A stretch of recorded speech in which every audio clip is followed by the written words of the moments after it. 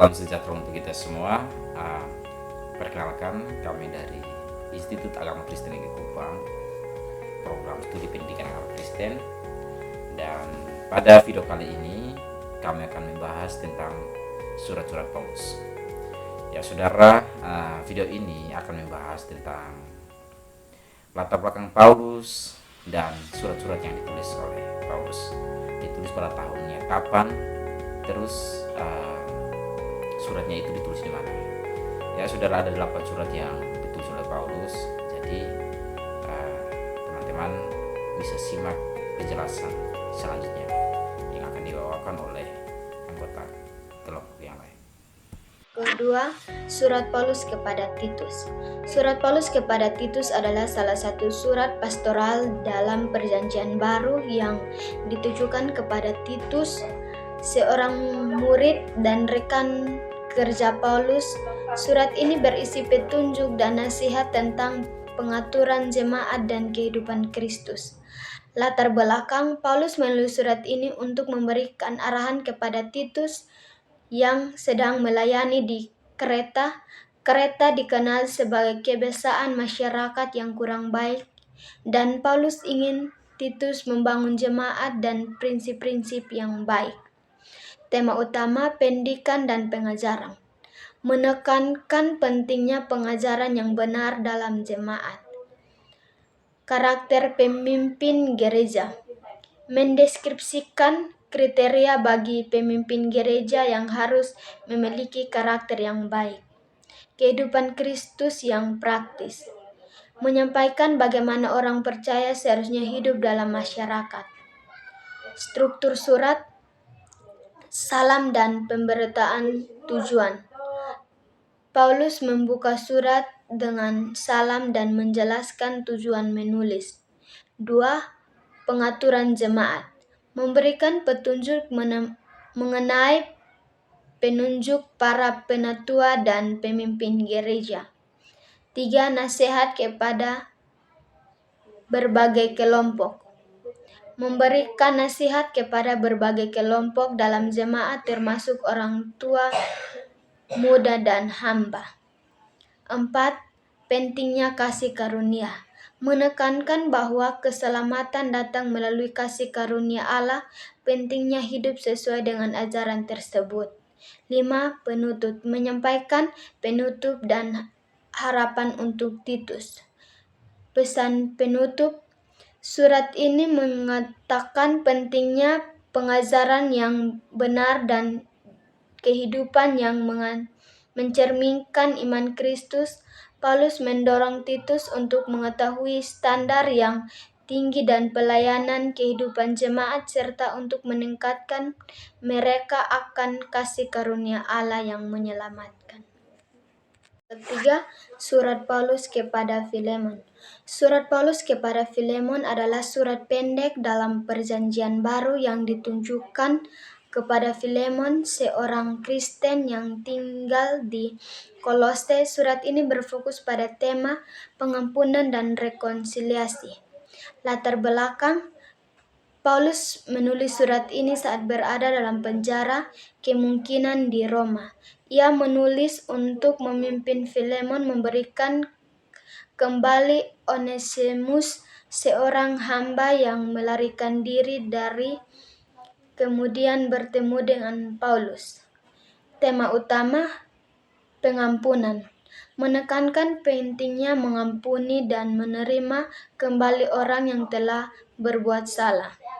Rekonsiliasi, mendorong hubungan yang harmonis Filemon dan Onesimus sebagai sesama Kristen.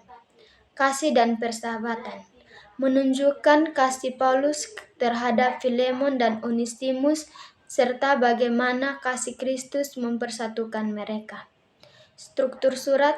1. Salam. Paulus membuka surat dengan salam kepada Filemon dan jemaat di rumahnya. 2. Ucapan syukur. Mengucapkan rasa syukur atas iman dan kasih Filemon. Pemohonan untuk Onesimus. Memohon agar Filemon menerima Onesimus kembali. bukan sebagai hamba tetapi sebagai saudara dalam Kristus. 4. Janji dan harapan. Menyatakan harapannya bahwa Filemon akan melakukan lebih dari apa yang diminta. 5. Penutup. Menutup surat dengan ucapan terima kasih dan harapan untuk bertemu. Pesan penutup surat ini menekankan nilai pengampunan dan rekonsiliasi dalam komunikasi Kristus.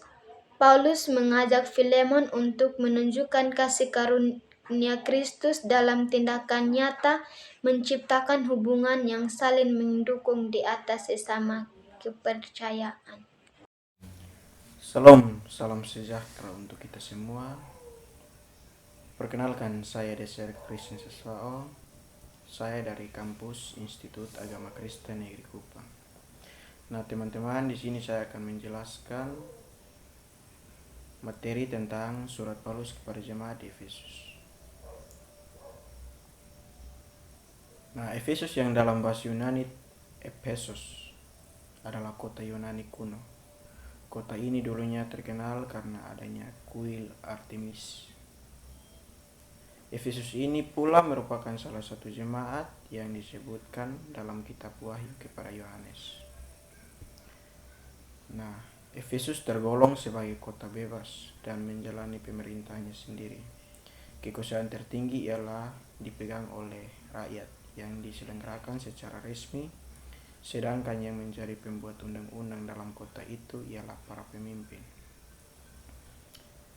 Sekretaris kota atau panitera kota bertanggung jawab memelihara pembukaan dan mengajukan permasalahan kepada sidang rakyat. Nah, pengaruh yang kuat juga datang dari para buruh 68, di mana protes dari hidup usaha mereka membuat cenderamata keagamaan yang berupa kuil-kuil Dewi Artemis dari perak. Kemudian penduduk Efesus menunjukkan pengabdiannya yang nyaris fanatik terhadap Dewi Artemis, di mana kegairahan mereka dilihat dari perbuatan mereka di gedung kesenian selama 2 jam penuh meneriakkan "Basarlah Artemis, Dewi orang Efesus". Nah, teman-teman, ada beberapa penulis kitab Paulus kepada jemaat di Efesus. Yang pertama, bukti dalam Alkitab atau dikenal dengan internal evidence. Nah, dalam Efesus 1 pasal 1, penulis menuliskan salamnya dari Paulus, Rasul Kristus Yesus oleh kehendak Allah kepada orang-orang percaya dalam Kristus. Nah, begitu pula dalam Efesus 3 pasal 1 dituliskan, "Itulah sebabnya aku ini, Paulus, orang yang dipenjarakan karena Kristus Yesus, untuk kamu orang-orang yang tidak mengenal Allah." Yang kedua, bukti di luar Alkitab atau disebut external evidence. Herman berpendapat dalam bukunya My New Testament, penulis surat Efesus ini adalah Rasul Paulus berdasarkan salamnya dalam Efesus 1 pasal 1. Pembahasan dalam surat Efesus keadaannya jauh lebih tenang dibandingkan dalam surat 70 Galatia, sehingga dikemukakan sejumlah alasan yang menguatkan pendapat bahwa bukan Paulus sang rasul yang menuliskan surat ini, dengan beberapa alasan seperti bahasa, gaya, dan teologi surat ini.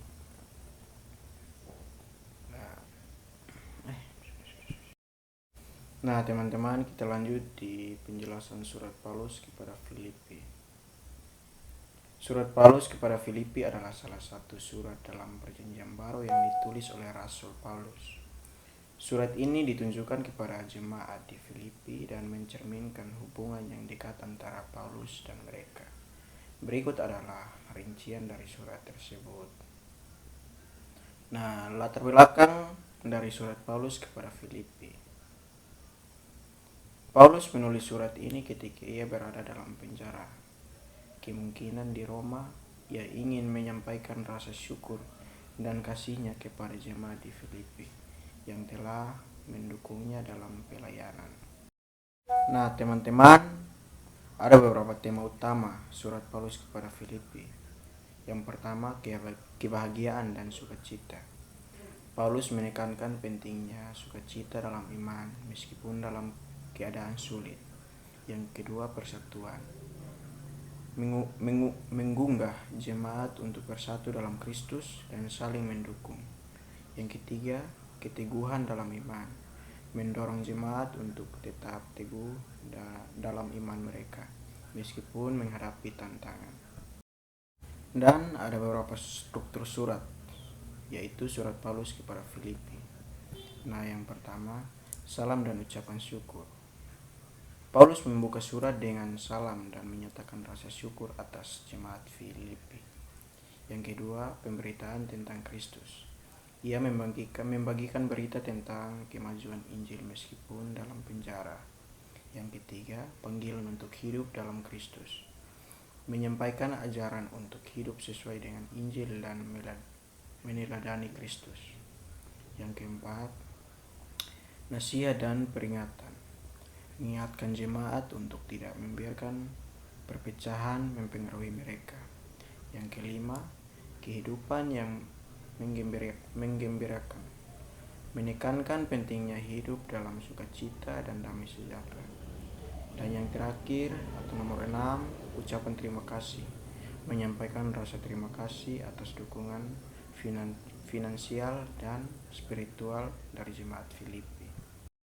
Nah, teman-teman, ada pesan penutup dari surat Paulus kepada jemaat Filipi. Paulus menutup surat dengan harapan damai sejahtera dari Allah, diiringi dengan ucapan syukur dan berkat. Surat ini menekankan hubungan yang erat antara Paulus dan jemaat Filipi, serta pentingnya hidup dalam iman dan sukacita meskipun menghadapi kesulitan.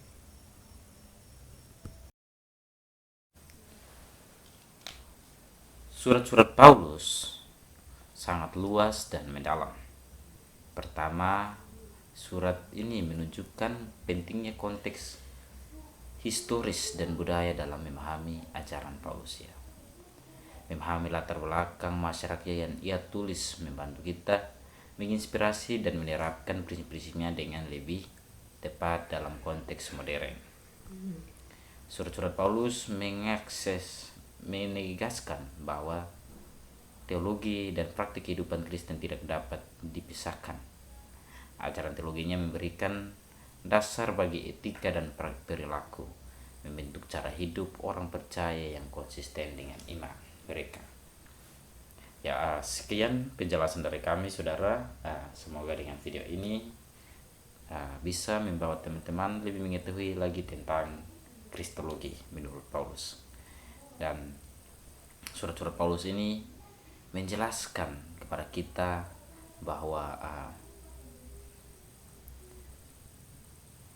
etika dan perilaku membentuk cara hidup orang percaya yang konsisten dengan iman mereka masing-masing. Salam sejahtera.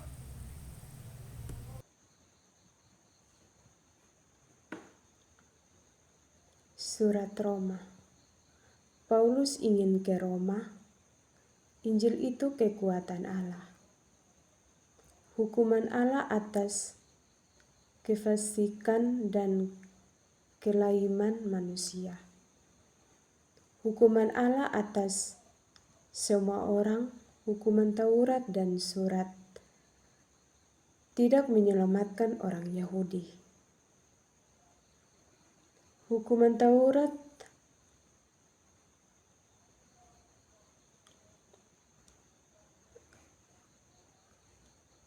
kelebihan orang Yahudi dan kesetiaan Allah. semua manusia adalah orang berdosa. Manusia diberikan karena iman. Abraham dibenarkan karena iman. Hasil pembenaran Adam dan Kristus, mati dan bangkit dengan Kristus. Dan macam pembahasan arti hukum Taurat, pengharapan anak-anak Allah, keyakinan iman, pilihan atas Israel, keselamatan bangsa-bangsa lain dan kesetiaan orang Israel. Kebenaran karena ketidakpercayaan Israel, sisa Israel bersandung berbangsa-bangsa dengan lain. Penyelamatan Israel, persembahan yang benar, nasihat untuk hidup dalam kasih, kepatuhan menghukum saudaramu. Jangan memberi batu sandungan orang yang lemah dan orang yang kuat. Paulus menjelaskan dasar-dasar tulisannya, harapan Paulus untuk datang ke Roma. Menyatakan segala kemuliaan bagi Allah. Surat Paulus kepada jemaat di Tesalonika. Tesalonika adalah sebuah kota pelabuhan besar yang dibangun oleh Kassandros, seorang jenderal, dan Alexander Agung pada tahun 315 Masehi. Di pantai timur Yunani Utara, kota ini diberi nama sesuai dengan nama istri Kassandros, yakni Tesalonika, ketika ia merebut takhta kerajaan Makedonia, menggantikan Alexander Agung. Kota ini menjadi pusat perdagangan dan pengakalan armada negara Romawi. Sebagai kota pelabuhan, penduduknya sangat majemuk, terdiri dari berbagai suku bangsa. Ketika Roma mengambil Allah pada tahun 168 Masehi, daerah itu dipecahkan menjadi 4. Distrik Tesalonika menjadi ibu kota, salah satu dari keempat distrik itu, pada tahun 147 Masehi. Ketika Makedonia menjadi bagian promosi, Roma Tesalonika menjadi ibu kota promosi Romawi yang diperintah oleh seorang gubernur. Tesalonika mendukung Octavianus dan Antony melawan.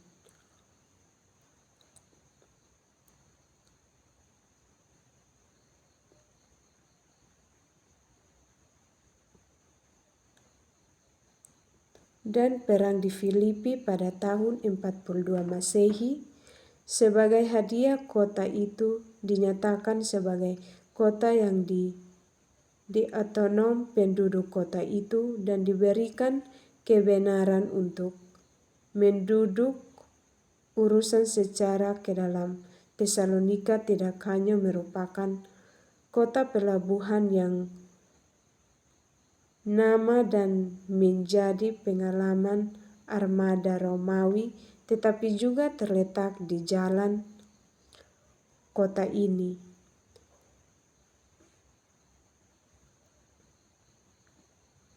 Terdiri dan berbagai suku, bangsa di antara pendukung di kota itu yang berwenang untuk mengurus perkara-perkara yang bersifat internal. Terima kasih. Shalom.